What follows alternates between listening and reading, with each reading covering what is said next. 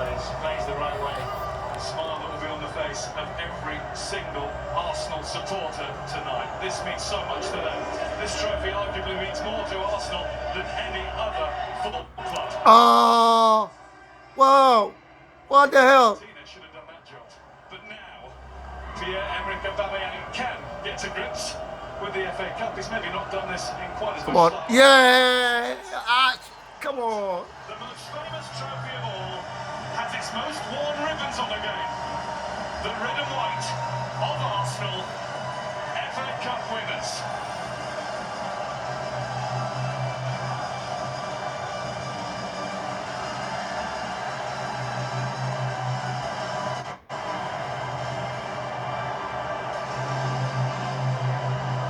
The celebrations do go on extraordinary times, of course. Nobody in the stadium and now dropped as well. They just can't make it. It's like off the head. Look. What did it? Well, they're going to enjoy. I mean, I think if you're looking back as a cup winner under these circumstances, in years ahead, people look back and say, oh, you won that one with no supporters. In some ways, it's pretty historic, actually. It's unique, isn't it, obviously? That's what they have always forward. Where the fans can't come and support. But you have to put a spin on it and put it in this way. Look, we won it. We were the first club that have done it. But yeah, they're going to enjoy these celebrations. Well deserved today, well deserved. What do you make of that cup lift, man? Well, it was a little bit. Someone should have told you just need to twist the top off. So they used to give the bottom to someone, you take the top off and... But it's just great to see it in Arsenal's hands, to be honest. I'm quite curious to know why they've got the number. Everyone's got a number 14 on the back of their shirts. Yeah, number 14. That's what it is. 14 FA Cups. It's a record. Well, they already had the I record. just wanted people to know that it was 14's first time it's been done by any club, really. Let's have another look at uplift, because that's of all the firsts that we've experienced today, this is definitely one. That's all right. That's all right. That's all right. He doesn't realise it. He doesn't realise. He thinks he's broken it. Yeah. Someone should have told him, just take the top, leave the bottom. There you go. And then hang on, Now finish it's it. over.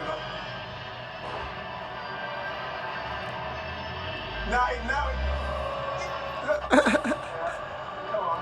What's the technique here required? Not this.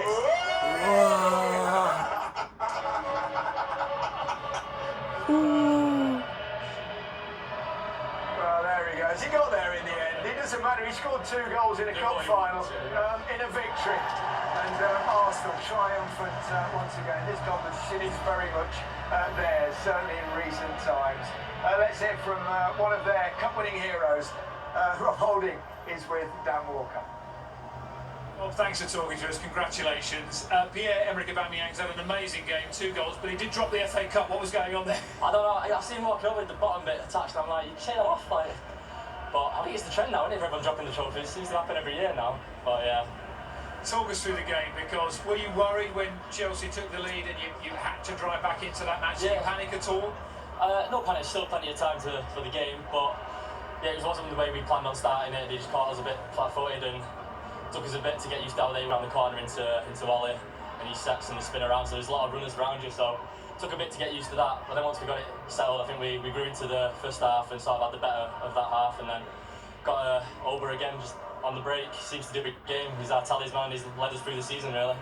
And what's it like to play in a cup final with an empty Wembley all around you, knowing that there's thousands and thousands of Arsenal fans watching at home, celebrating a 14th FA Cup now? Yeah, 14 is crazy. It's my second in 4 years, which when I joined, I'd have took that straight away. I saw on Twitter like the Arsenal were retweeting all like the fans setups in the gardens and all the chairs socially distanced and stuff. So as long as they enjoyed it and we managed to get the trophy for them to sort of give them 3 weeks of happiness before we get back in for pre-season.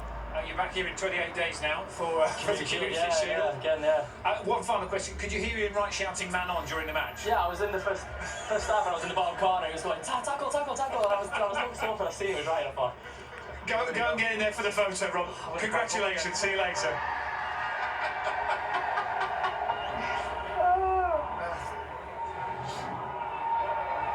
I think they thought we were joking when we were telling you about it at half-time and at the end of the game. But the celebrations, albeit in front of very few people, do continue. The hero there, Pierre-Emerick Aubameyang. Well, excluding home games, Aubameyang is only the 5th player to score 2 or more goals in a match at Wembley Stadium in club football more than once, after Brian Robson, Ian Rush, Eric Cantona and Alan Shearer. Lord Ian Wright.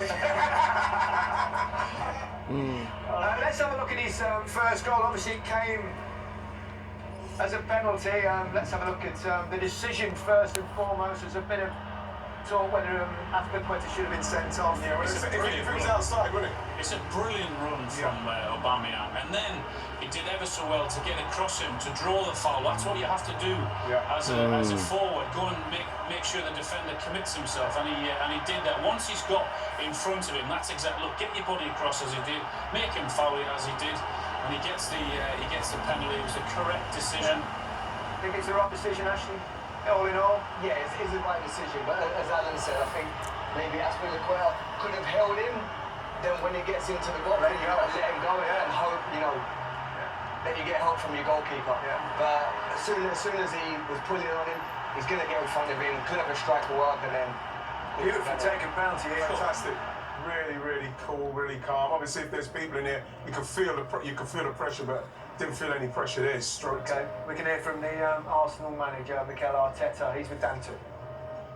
Thank you, Gary. Everyone's interested in hearing what Mikel Arteta thinks about all that. We spoke to you beforehand. You won it as a captain, now you've won it as a manager.